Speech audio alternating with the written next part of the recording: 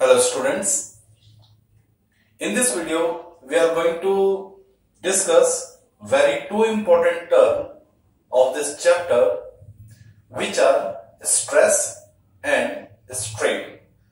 Let's discuss one by one what is stress and what is strain. तो सबसे पहले हम डिस्कस करेंगे व्हाट इज स्ट्रेस। स्ट्रेस को हम रिप्रेजेंट करते हैं बाय द सिंबल ई। इसको जरा ध्यान देना, इसको ऐसे नहीं बनाना है, ऐसे नहीं बनाना है। दिस इज ई। इसको बोलते हैं, इसका जो नाम है इसको हम बोलते हैं एप्सिलॉन। ये जो नोटेशन है जो हम यूज करेंगे स्ट्रेस के लिए, क्या प्रोनाउंसिएशन रहेगा इसका? एप्सिलॉन। तो ये थोड़ा सा ध्यान रखेंगे। तो सबसे पहले हम ये देखेंगे स्ट्रेस होता क्या है। तो स्ट्रेस का जो फॉर्मूला अगर आपको क्लियर हो गया तो डेफिनेशन आपको स्ट्रेस की इजीली क्लियर हो जाएगी। स्ट्रेस का जो फॉर्मूला होता है that is force upon area. किसी भी एरिया पर जो फोर्स लगता है, force upon area is equal to stress. तो आप कहेंगे कि सर ये तो बिल्कुल वही फॉर्मूला हो गया है जैसे प्रेशर का फॉर्मूला होता था। बिल्कुल सही बात है। एक्चुअली प्यारे बच्चों, जो स्ट्रेस है वो एक तरह का क्या होता है?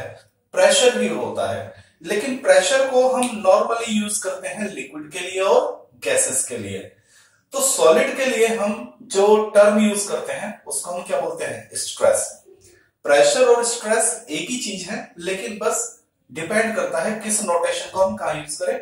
नॉर्मली हम प्रेशर को लिक्विड और गैस के लिए यूज करते हैं, सॉलिड के लिए हम स्ट्रेस बोलेंगे। तो स्ट्रेस का फॉर्मूला होता है फोर्स अपॉन एरिया। तो हम इसको लिख सकते हैं E is equal to F over A। अब अगर हम A को क्या ले लें? फिजिक्स में 1 को क्या बोलते हैं? यूनिट। अगर हम A ले लेते हैं 1 मीटर स्क्वायर, यानी यूनिट वैल्यू ले लेते हैं, ठीक है। तो यहां से E क्या हो जाएगा? F के बराबर हो जाएगा। अब आप देखिए, आपकी डेफिनेशन तैयार है। Stress is equal to the force applied on unit area. Stress is equal to the force applied on unit area. तो क्या ये बात समझ आ गई? फॉर्मूला याद है तो डेफिनेशन आप इजीली तरीके से याद कर सकते हैं। अगर आपसे इसकी एसआई यूनिट पूछ ली जाए, एसआई यूनिट क्या होगी? तो फॉर्मूला क्या है? Force upon area. तो फोर्स के लिए क्या यूज होता है? न्यूटन। तो एरिया के लिए मीटर स्क्वायर। तो हम इसको क्या बोल सकते हैं? पास्कल भी बोल सकते हैं। प्रेशर का एसआई यूनिट क्या होता है? पास्कल। तो स्ट्रेस की दो एसआई यूनिट होती हैं, या तो न्यूटन पर मीटर स्क्वायर, और चूंकि stress is a kind of pressure तो आप इसका पास्कल भी यूज कर सकते हैं। और आपसे अगर इसकी क्या पूछ ली जाए? डायमेंशन पूछ ली जाए, आपसे क्या पूछ ली जाए? डायमेंशन। तो फोर्स के लिए हम क्या यूज करते हैं? ml/t-2। एरिया के लिए क्या यूज करते हैं? l²। तो ये हो जाएगा ml-1 t-2। This is the dimension of force, this is the dimension of area। तो किसकी डायमेंशन आ जाएगी? स्ट्रेस की डायमेंशन आ जाएगा। Dimension of stress is equal to dimension of force upon dimension of area. Force का dimension ml t-2, area का dimension l² ml-1 t-2। और इसका जो नेचर होता है, इसका जो नेचर होता है ये एक स्केलर क्वांटिटी होती है। तो हमने एक छोटा सा टॉपिक लेके चले हैं, स्ट्रेस। स्ट्रेस का formula force upon area. Area अगर यूनिट है तो स्ट्रेस फोर्स के बराबर होगा, यानी stress is equal to the force applied on unit area, और this is the unit, this is the dimension, this is the nature. अब सबसे ज्यादा इंटरेस्टिंग है ये स्टडी करना type of stress. This is quite easy one, ये तो normally याद हो जाता है। आपको अपना जो पूरा ध्यान कंसंट्रेट करना है कि हमारे पास जो स्ट्रेस होते हैं वो कितने टाइप के होते हैं, वो हमें अच्छी तरह से समझना है। तो प्यारे बच्चों, let start.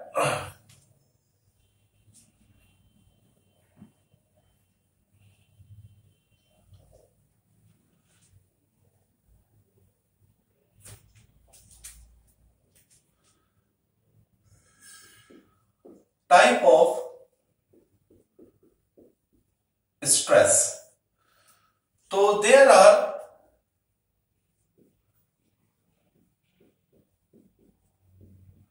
Three type of stress. We have the three type of stress. Number one, longitudinal stress। जो पहला स्ट्रेस होता है उसको हम बोलते हैं लॉन्गिट्यूडनल स्ट्रेस। दूसरा होता है वॉल्यूम स्ट्रेस, जिसका एक नाम और होता है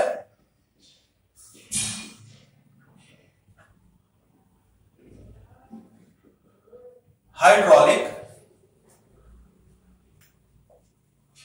और तीसरा होता है हमारा शेयरिंग स्ट्रेस, जिसको हम बोलते हैं, इसका एक नाम और होता है टेंजेंशियल स्ट्रेस।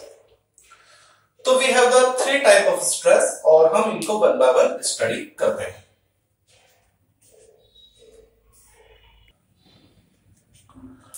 ओके, तो जो लॉन्गिट्यूडनल स्ट्रेस है इसको हम रिप्रेजेंट करेंगे, आपको मालूम है स्ट्रेस का सिंबल क्या होता है, E। Longitudinal stress will represented by EL, volume stress will represented by EV, और शेयर स्ट्रेस को हम रिप्रेजेंट करेंगे ES से, या कई बार E थीटा। ठीक है, जो शेयरिंग स्ट्रेस है उसको हम ES या E थीटा, दो सिंबल होते हैं, कुछ किताबों में ES, कुछ किताबों में E थीटा। तो ये है three type of stress, their notation, and we are going to discuss each of them one by one. तो डियर स्टूडेंट, सबसे पहले हम पढ़ने जा रहे हैं लॉन्गिट्यूडनल स्ट्रेस को। क्या होता है longitudinal stress? Let start.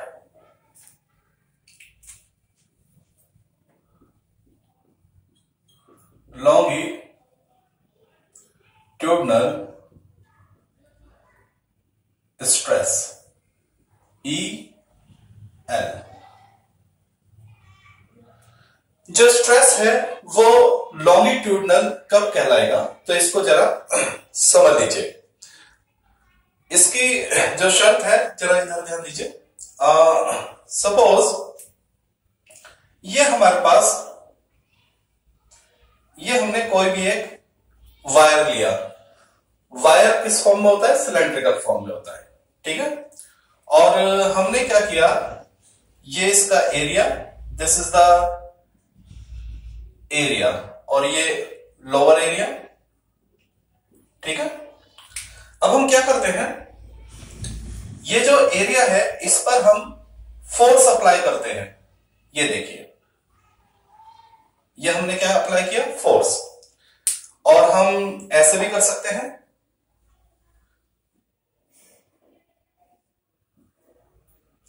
This is to be the area,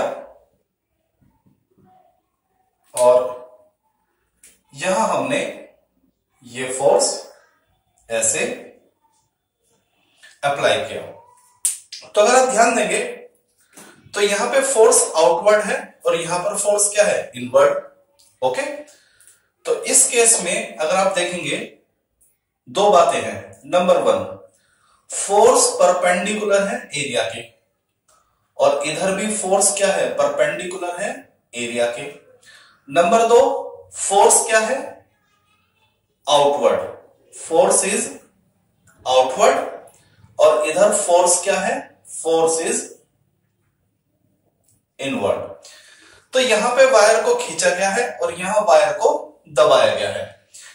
तो कॉमन चीज क्या है, कॉमन है फोर्स क्या है, एरिया के परपेंडिकुलर है, और डिफरेंस क्या है, inward and outward.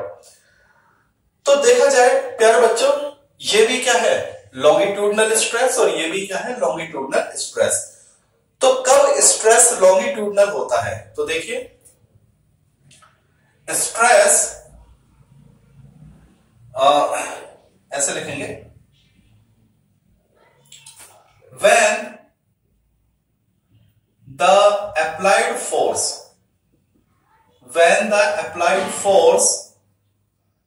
is perpendicular to the area of body। जब भी हमारा अप्लाइड फोर्स बॉडी के एरिया के क्या होगा, परपेंडिकुलर होगा, तो उस वक्त बॉडी में जो स्ट्रेस आएगा वो क्या कहलाएगा, लॉन्गिट्यूडनल स्ट्रेस कहलाएगा। ठीक है, when the applied force is perpendicular to the area of body, then the stress is known as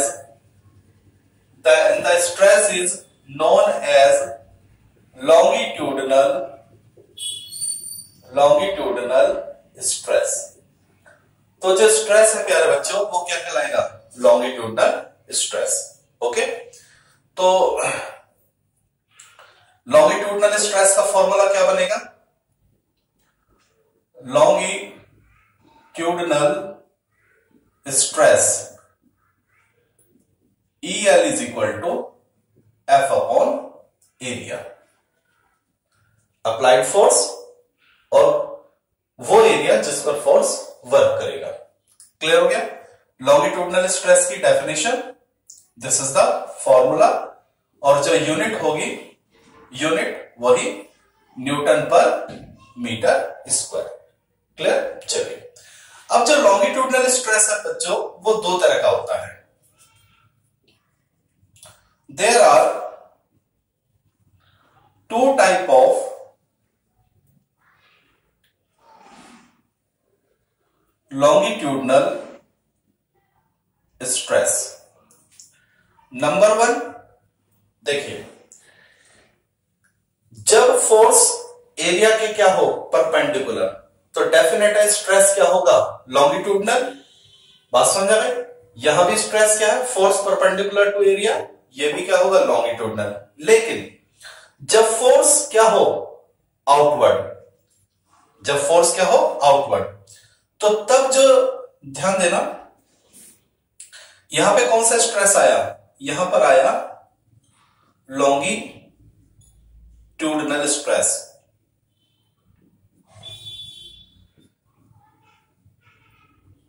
और यहां भी कैसा स्ट्रेस है, longitudinal stress.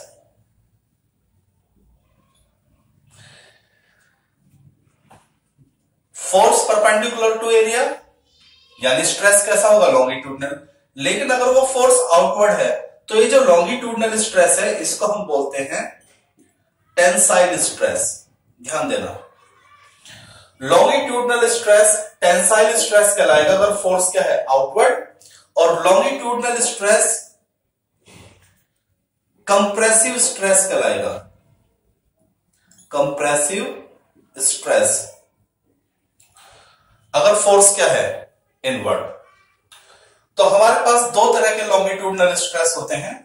Number one, tensile stress, और नंबर टू,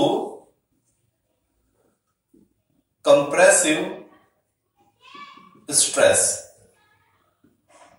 तो लॉन्गिट्यूडनल स्ट्रेस टेंसाइल स्ट्रेस कब कहलाएगा, number one, force perpendicular to area, और नंबर 2 फोर्स इज आउटवर्ड। अगर ये दो कंडीशन हो जाए तो जो लॉन्गिट्यूडनल स्ट्रेस है वो क्या कहलाएगा? टेंसाइल। और अगर फोर्स परपेंडिकुलर टू एरिया और नंबर 2 फोर्स इज इनवर्ड, तो ये ध्यान देना। तो ये था हमारा लॉन्गिट्यूडनल स्ट्रेस। जब भी फोर्स एरिया के परपेंडिकुलर लगता है तो जो स्ट्रेस होता है वो लॉन्गिट्यूडनल कहलाता है। अब इसमें भी दो केस बनते हैं। अगर फोर्स परपेंडिकुलर है लेकिन आउटवर्ड है तो जो लॉन्गिट्यूडनल स्ट्रेस है वो टेंसाइल स्ट्रेस कहलाता है। और अगर परपेंडिकुलर है और इनवर्ड है तो वो फोर्स, तो उस केस में लॉन्गिट्यूडनल स्ट्रेस क्या कहलाएगा?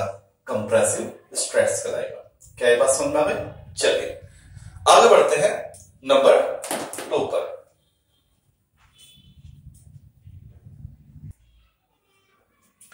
Now number 2 is volume stress. Volume stress क्या होता है?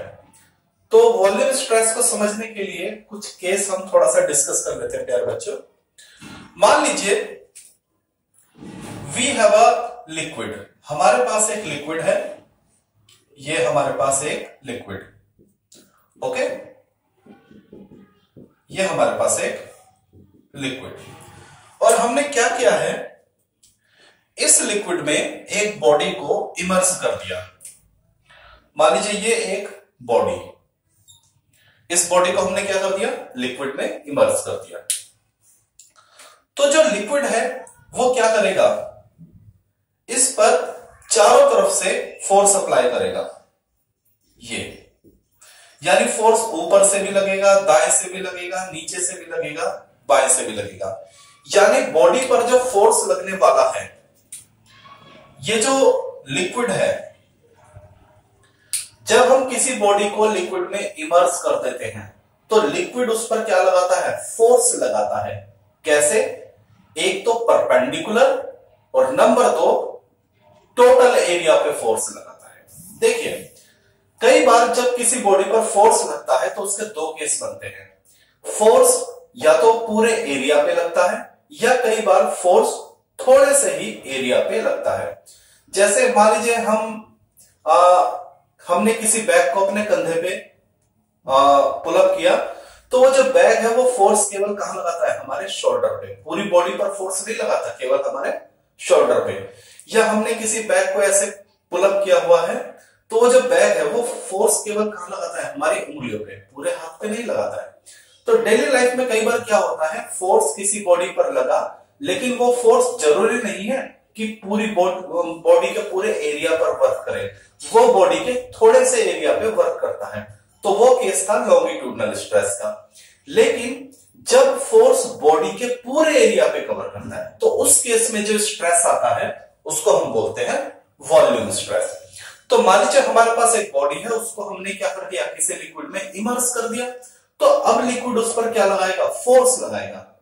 Number 1 perpendicular, number 2 total area पर। जैसे फॉर एग्जांपल मान लीजिए हमारे पास एक बैलून है, हम उस बैलून को क्या करते हैं? ब्लो करते हैं।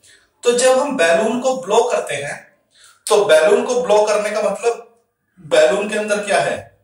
एयर, और वो एयर बैलून पर फोर्स लगाता है परपेंडिकुलर और चारों तरफ, पूरे एरिया पर। तो अगर हम इन दोनों केस को स्टडी करें तो यहां दो बातें निकल के आती हैं। नंबर 1 फोर्स परपेंडिकुलर है किस पर? एक तो फोर्स परपेंडिकुलर है, एक तो एरिया ऑफ बॉडी, और दूसरी बात force act on total area of body.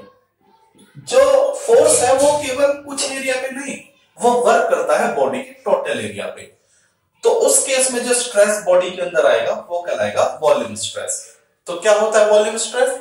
When the applied force is perpendicular, when the applied force is perpendicular to the, यह बस एक वर्ड ऐड हो जाएगा, total area of the body, then the stress is known as volume stress. क्या ये बात समझ आ गई?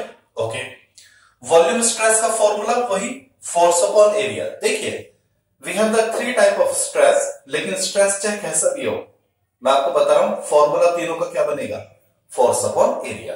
बस आपको कंडीशन याद रखनी है जिससे आपको उनकी डेफिनेशन याद रहे। लेकिन स्ट्रेस चाहे लॉन्गिट्यूडनल हो, चाहे वॉल्यूम हो, चाहे शेयरिंग हो, फॉर्मूला तीनों का क्या रहेगा, फोर्स अपॉन एरिया, और यूनिट भी क्या रहेगी, न्यूटन पर एरिया। तो ये था हमारा volume stress.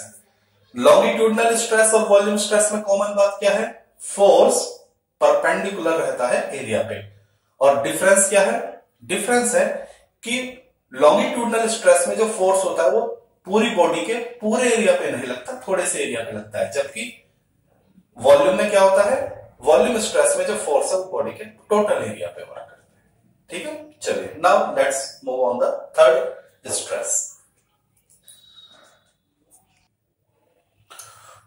Okay students, now move on for the third type of stress which is known as shearing stress, E theta या ES। ठीक है, तो क्या होता है शेयरिंग स्ट्रेस, इसको थोड़ा सा समझ लीजिए। देखिए मान लीजिए हमारे पास कोई भी एक ये बॉडी है, ठीक है, मैं इसको नाम दे देता हूं A, B, C और D। अब हमने क्या किया, इस बॉडी को एक जगह से फिक्स कर दिया। ठीक है, यहां से हमने इसको क्या कर दिया, फिक्स। अब हम एक फोर्स अप्लाई करेंगे, ये देखिए फोर्स, और इस फोर्स की क्या खासियत है, जो फोर्स है वो पैरेलल है टू द एरिया। देखिए ये जो मैंने फोर्स अप्लाई किया है, ये जो डीसी एरिया है इसके परपेंडिकुलर नहीं, इसके पैरेलल अप्लाई किया है। ठीक है, ये जो फोर्स है ये क्या है, पैरेलल टू द एरिया।